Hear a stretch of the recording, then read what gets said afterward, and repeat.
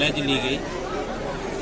District level पे भी, sub division, तहसील, block level पे, पंचायत लेवल पे, स्कूल्स में, कॉलेजेस में, हर जगह आज ये प्लेज ली गई कि अपने डिस्ट्रिक्ट को, अपनी यूटी को और कंट्री को हम नशा मुक्त करेंगे।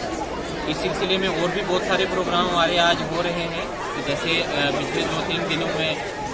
नशा मुक्त भारत अभियान पे स्कूल्स में पेंटिंग ऐसे कंपटीशंस वगैरह हुए हैं। इस सिलसिले में आज भी जो है ये जो